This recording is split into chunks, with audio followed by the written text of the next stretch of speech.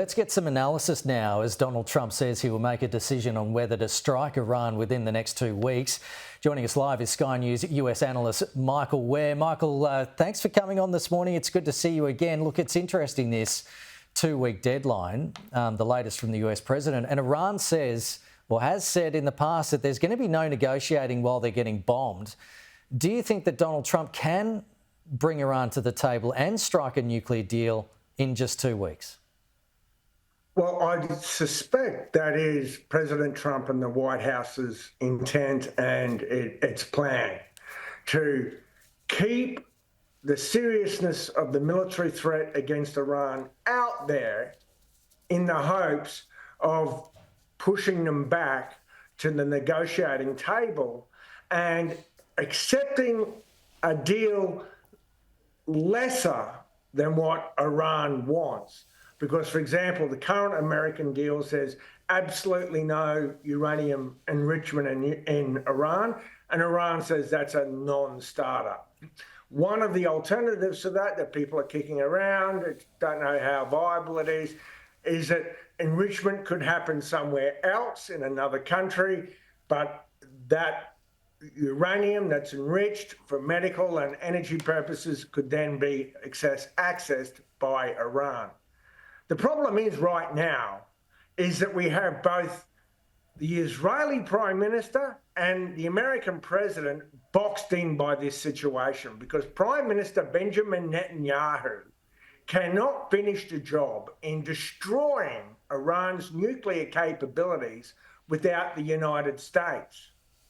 But the United States President Trump is hesitant to get involved in this conflict, not just for geostrategic reasons, but also because this divides his MAGA base.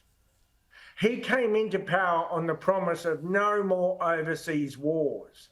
And you have some war hawks in the Republican Party calling for him to go in and help Israel, but you also have a big part of the MAGA base and some of its most prominent spokespeople saying, this is not MAGA, this is not America first by going in militarily, because as everyone knows, if America goes in militarily on this, they're going to have to own the outcome and they're going to have to own the day after.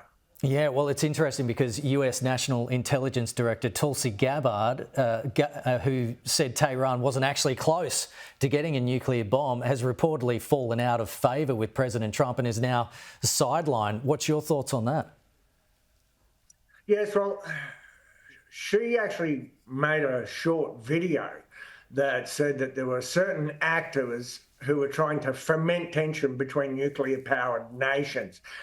President Trump didn't appreciate that. The White House says that she is off message, and there's some reporting that she's being excluded from the decision-making processes.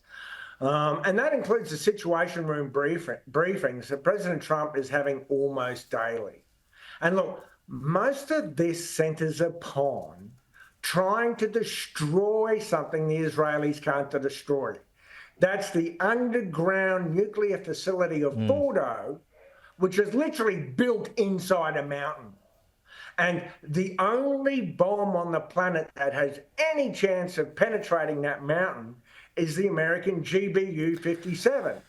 And it has to be carried by an American B-2 bomber, and we don't even know if it would work. And we'll know within 2 weeks, apparently. Michael Ware, good to see you. Thanks for coming on the program.